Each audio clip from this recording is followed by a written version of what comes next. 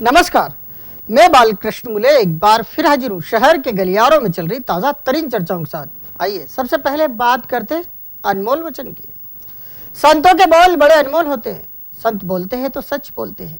अब ऐसे ही एक बड़े संत के बोल इन दिनों शहर के गलियारों में PM in waiting Narendra Modi समर्थकों के कान के कीड़े झाड़ने का काम कर रहे हैं।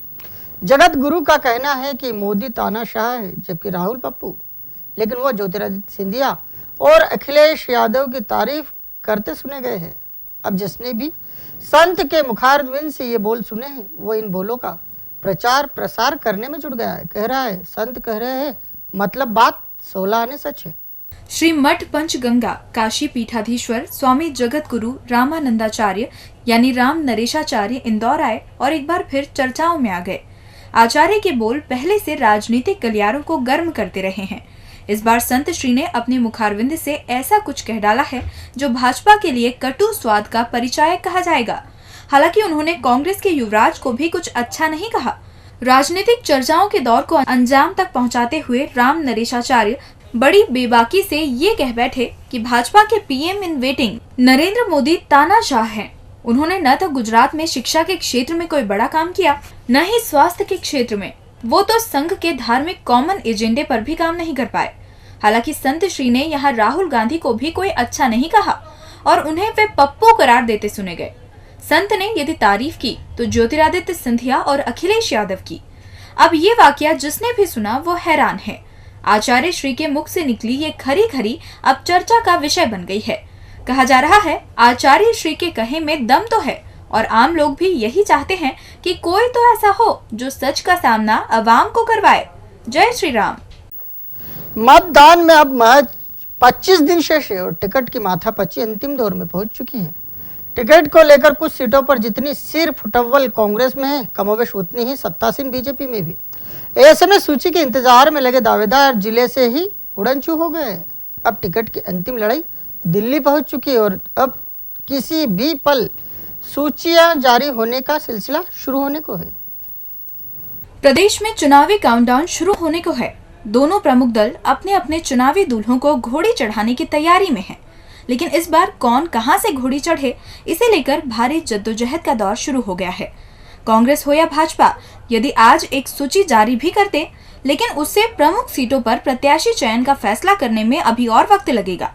दोनों पार्टियों को रिपोर्ट कार्ड और जमीनी सर्वे के टिकट बंटवारे में वो राहत नहीं मिल पा रही है जिसकी उम्मीद एक माह पहले तक प्रदेश भर के गलियारों में की जा रही थी। पार्टियों की ये हालत है कि अभी खुलकर कोई भी अपने पत्ते नहीं खोल पा रही है। कांग्रेस की बात करें या भाजपा की, दोनों के गलियारों से एक ही खबर आ रही है। कहा जा रहा है कि टिकट को लेकर वो समय आ गया है जब नेताओं के बीच सिर फुटव्वल होना तय है। कांग्रेस 150 नाम फाइनल करने का दावा कर रही है। अब इन्हीं नामों पर सोनिया मैडम हस्ताक्षर करेंगी, तब कहीं जाकर कहानी आगे बढ़ पाएगी। इसी तरह बीजेपी के ढेर सारे सिंगल नाम फाइनल कर राजनाथ तक पहुंचाने की चर्चा है, जहां अंतिम फैसला किया जाएगा। दोनों दल इस बार नए चेहरों के भरोसे है और यही वजह है कि मौजूदा विधायक खुद का टिकट बचाने के लिए उड़नछू हो चुके हैं, तो नए नए दावेदारों ने भी अपने अपने आकाओं के माध्यम से दिल्ली दरबार में डेरा डाल दिया है।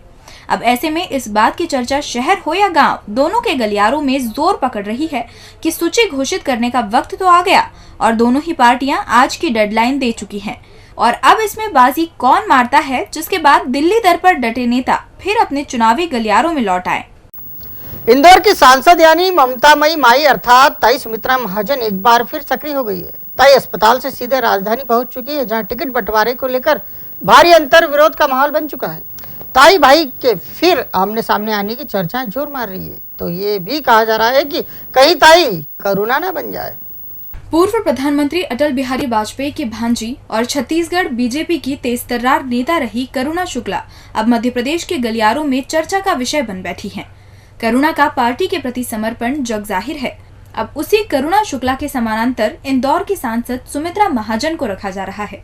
पार्टी के भीतर मचे टिकट बंटवारे के घमासान में एक बार फिर ताई ने मुखरता के साथ अपनी बात रख उसे मनवाने की ठान ली है। ताई किसी कीमत पर ये नहीं चाहती हैं कि भाई कैलाश विजयवर्गीय उनके संसदीय क्षेत्र की विधानसभा सीट से चुनाव मैदान में उतरे। अब पार्टी कार्यालय के गलियारों में इसी तर्क पर जमकर बहस की जा रही है। कहा जा रहा है ताई ने शायद इसीलिए क्षेत्र क्रमांक 3 से मेयर यानी कृष्ण मुरारी मोघे के नाम को आगे बढ़ा दिया है। चर्चावीर अब इसी बात को आगे बढ़ाते हुए कह रहे हैं कि यदि ऐसा हुआ तो फिर ताई भाई आमने सामने होंगे, फिर कहीं ताई भी करुणा ना बन जाए। मतलब ताई को अपने चुनाव में एक बार फिर वही तकलीफ भोगना पड़े जो 5 साल पहले वो एक बार भोग चुकी हैं। उस वक्त में कुछ खास समय नहीं बचा। भाई का 13 है तो ताई 14, यानी दोनों का विवाद एपिसोड करुणा वो भी प्रदेश के गलियारों में दोहरा सकता है, जिसकी चर्चा अब एक बार फिर जोर शोर से की जाने लगी है। दादा दबंग यानी विधायक रमेश मेंदोला फिर चुनाव मैदान में। उनका टिकट पार्टी ने फिर विधानसभा क्षेत्र क्रमांक 2 से पक्का करने का मन तो बना लिया है, लेकिन अभी ये 100% तय नहीं कहा जा रहा है। इस बीच विधायक समर्थकों ने अपना काम शुरू कर दिया है और अब 50 कदम भरा जा रहा है। श्रमिक क्षेत्र के गलियारों में पूरे 5 साल सक्रिय रहने वाले विधायक रमेश मेंदोला चुनावी बेला में एक बार फिर अपने तरीके से सक्रिय हैं। पार्टी ने उनके टिकट पर अब तक कोई बहस नहीं की, न ही उनके नाम पर किसी तरह की कोई सहमति प्रदान की, लेकिन विधायक मेंदोला अपनी टीम के दम पर एक बार फिर जमकर दम दिखाने का सपना बुन चुके हैं। वो एक बार फिर पूरा चुनाव जनता के दम पर लड़ने की कोशिश में है। इधर चर्चावीर उनके 2 नंबर से चुनाव मैदान में उतरने की बात को 100% सच नहीं मान रहे। इसके पीछे तर्क दिए जा रहे हैं। कहा जा रहा है कि यदि इतने दमदार विधायक को इतनी आसान सीट पर उतार दिया गया तो पार्टी का ही नुकसान होगा।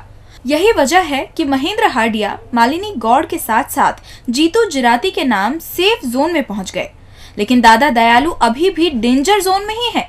पार्टी के भीतर अभी उठापटक होना बाकी है। यही कारण है कि पार्टी के गलियारों में जितनी चर्चाएं ताई भाई को लेकर है, उसका असर मेंदोला पर भी पड़ सकता है। खास बात तो ये है कि मेंदोला का हर विधानसभा में उनका अपना नेटवर्क है, लेकिन वो 2 नंबर को छोड़ किसी अन्य विधानसभा क्षेत्र में दिमाग ही नहीं लगा रहे। यही वजह है कि सोशल साइट्स हो या फिर श्रमिक क्षेत्र के गलियारे, दोनों ही जगह वोट फॉर दादा के साथ साथ 50 का दम भरा जा रहा है, जिसकी चर्चा अब पूरे शहर में हो रही है। और अंत में बात करते हैं अफवाह भरी सीडी की। चुनाव सिर पर है और शहर के गलियारों में जितने मुंह उतनी बातें हो रही है। सत्तू बम के फुस्से साबित होने के बाद अब एक बार फिर राजनीति के गलियारों में अफवाहों से भरी एक सीडी की आहट सुनी जा रही है। हालांकि अभी ढूंढे से भी कथित सीडी का किसी के पास कोई सिर पैर नहीं मिल रहा है, लेकिन धीमे धीमे ही सही सीडी की चर्चा तो जोर मारी रही है। वैसे सीडी कॉम्पैक्ट डिस्क कहलाती है, लेकिन अब सीडी शब्द सुनकर ही ऐसा लगता है कि हम किसी के कैरेक्टर डिस्क की चर्चा कर रहे हैं। हाल ही में एक कथित क्लिपिंग आई और विधायक सत्तू पटेल परेशान होते रहे। हालांकि विधायक खुद की कार्रवाई जांच में पाक साफ निकले और तकनीकी विशेषज्ञों ने उन्हें क्लिपिंग देखते ही क्लीन चिट दे दी, लेकिन उसी कथित क्लिपिंग ने सभी को रुलाने वाले नेता को रोने पर मजबूर कर दिया था। सत्तू बम तो फुस्से निकला और अब उसकी चर्चा भी कहीं नहीं हो रही है, लेकिन इस बीच फिर एक कथित सीडी की चर्चाएं राजनीति के गलियारों में जोर मार रही है। कहा जा रहा है कि ये सीडी टिकट वितरण के बाद बाजार में आ सकती है। इस कथित सीडी की चर्चा अभी केवल शहर के गलियारों में उन चुनिंदा लोगों तक ही सिमटी हुई है जो गलियारों की नब्ज पकड़ने में माहिर है, लेकिन सच तो ये भी है कि जिस सीडी को लेकर चर्चावीर एक दूसरे से पूछताछ कर रहे हैं, वो भी कुछ ज्यादा कहने बताने की स्थिति में नहीं है। अब जिधर कान लगाओ उधर ही इस अफवाह की सीडी की चर्चाएं की जा रही है। इन कथित सीडीज की चर्चाओं ने उन दिनों की याद ताजा करवा दी जिसे पर्चे आना कहा जाता था। एक जमाना था जब पर्चे की चर्चाएं होती थी, पर्चे निकाले जाते थे और चुनावी खेल बनाया बिगाड़ा जाता था। अब फिर चुनाव तो है, लेकिन पर्चों की चर्चा कहीं नहीं। चर्चा है तो सिर्फ सीडी की। बस यही चर्चा समय का अंतर बता रही है, कह रही है अब सच लगता है जमाना हाईटेक हो चुका है। इसीलिए कभी सीडी तो कभी पेन ड्राइव और कभी वीडियो ऑडियो क्लिपिंग की चर्चाएं की जा रही है। डीजी न्यूज के खास कार्यक्रम गलियारों से को आप यूट्यूब पर भी देख सकते हैं। गलियारों से के आज के अंक में फिलहाल इतना ही। ताजा खबरों के लिए आप देखते रहिए डीजी न्यूज।